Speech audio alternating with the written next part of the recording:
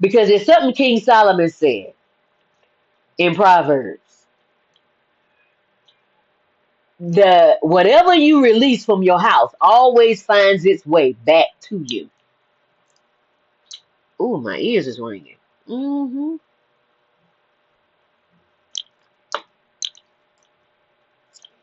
Finding validation outside of themselves because of a plethora of challenges that occurred in childhood processes. And I thank you for breaking it down for me in my earthly language that I may be applied in my everyday life. So I ask you, what emotion from your childhood pushed you in a corner and made you vow to not be this or that? I vow not to be them, and I hate them, and I hate her, and they hurt me like this, and I won't ever do my children like this, and I won't do this, and I won't do that, and I won't ever do this until you go back and renounce those vows. I had to go back and renounce a lot of stuff. I said a lot of stuff from my childhood I didn't even remember. Yeah, that karma came up. Stuff I didn't even remember. Stuff my ancestors did I didn't even remember. That karma was a hot mess. And I had to renounce all of that stuff. See, the vows we all made is playing out on the big stage. And while we looking at that, turn your finger back and look at you. It may not be as big as that, but there's a portion of that in you because all of us are one. While we get to protest and speak our minds, are we helping that little girl or little boy on the inside of us heal? That's where your true shadow abides. I'm being commissioned to aid in the process by sharing how I overcame everything meant to keep me from coming into my true identity. I had to believe in myself and God. See, God is on the inside of me, but first I had to find me before I could even see God. Because see, God is in here, but for child, I had so many doors and built up floorboards and subfloors blocking God. God was talking, but I couldn't hear. God is talking all the time, but I couldn't hear it because I was just so caught up in anger and bitterness and strife, and I was holding on to what my mama did, and I was holding on to what my daddy did, and I was holding on to what family did, and I was like, oh my gosh, and I was just so angry.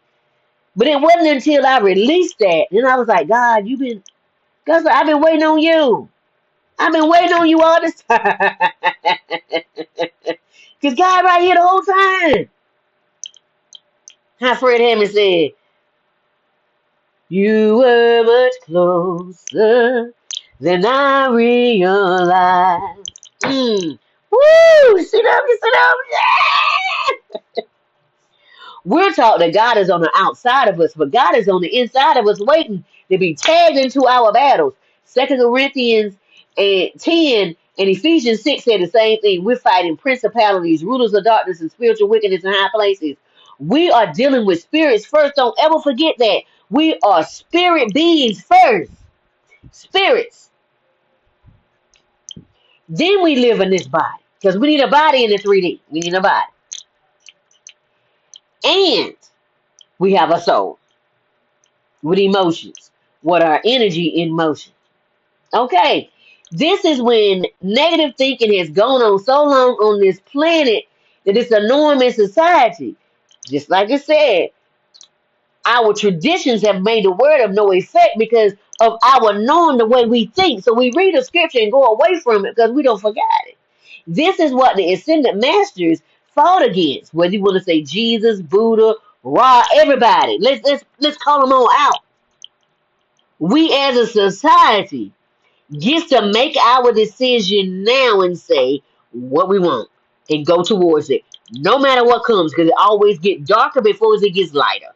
Because everything has to come up to the top. The milk has to get curdles and whey all the way to the top first, okay? So it gets ugly before it gets pretty. The mindsets of us who complain but don't want to do the work or don't know how to do the work. And it causes a dip in morale that most can't get out of. You know why? Because it's ancestral and generational. No matter what color's on your skin, it's generational ancestral. Either you did it or you was receiving it. The ancestors, either your ancestors did it or you was on the receiving end. But guess what? Both ends got the ugly part of the stick. Because everybody is dealing with it now. It is old as apple pie. Okay. So to get out, it requires one to get uncomfortable, to get past a plateau of complacency or complicitness. Like, my ancestors did this so long ago and it ain't got nothing to do with me.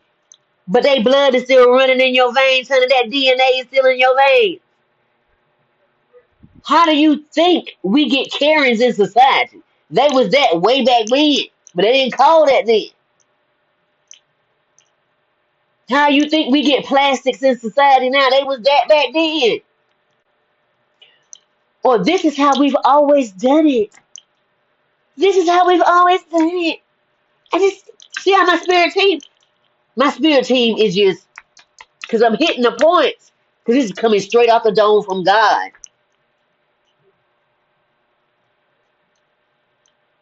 When are we going to respect each other?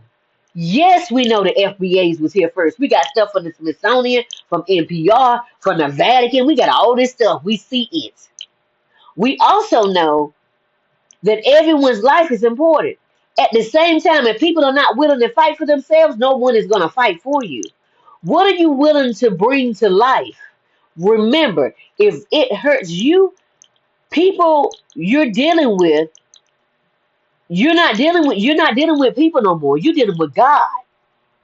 That's different. What do you really believe? Like, what do you really believe? It's time to operate in it. You can change the world with one thing you do that lights up the world. One person can change the whole world because it's a vibration that hits. Grah. Fight for your dream while hurting none. We've learned a lot in the last few days. Do what is right for you. No one knows the life that you got to live with you. Be sovereign and not controlled. Think for yourself. And if you protect those that can't or don't know how to protect themselves, bring your dream to life no matter what you see in front of you. Don't put your dream to sleep. May the force be with you as you go. And the power of God be in your heart as you move. That's my tambourine. I don't have a tambourine. There are some freebies and a link from my podcast with the Women's Leveling Up done in May. And then there's magazines I was in September, October, December, and January. Look at the description below to find the things that truly light you up and leave everything else behind. I cannot wait to talk to you soon. Remember, I place my link to my own personal bookstore. My books incorporate the essence of God. If you want to feel the presence of God, read In the Garden with the Father, Understanding True Intimacy. Child, let's talk about it. Let's get into it. Let's get into it. Page 107. Get ready for a major breakthrough coming your way. I'm soaring you to new heights. Get ready to fly in new frequencies that you've never seen or operated in before.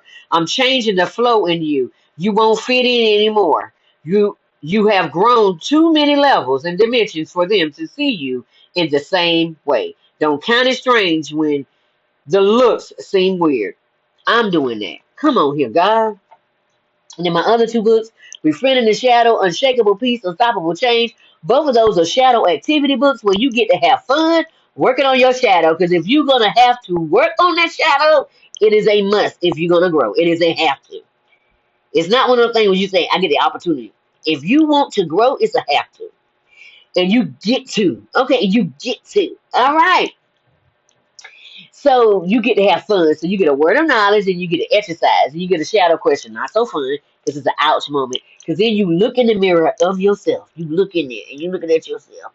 And you seeing yourself. You like, ouch. Because when I wrote these questions down while I was going through the process, I was like, ow. Yeah. Then you get a color page. God asked him to keep it between the age of 5 and 10. Why? Because most childhood wounding happens between the age of 5 and 10. By the age of 7, it's solidified. By the age of 10, it is really in your system. By the age of 21 and 25, guess what? It is your responsibility to get out because now you are considered an adult.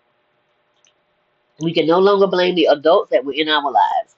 Then you have 4 pages to draw, sketch, doodle, write down your dreams, write down your visions. So the closer you get to God, you start having them Stranger Things moments. Like when you see the thumb keep coming up, I didn't do that. It was doing it on his own. Also, those moments where you look at the billboard. Those Stranger Things moments, those X-File moments, or those Doctor Who moments.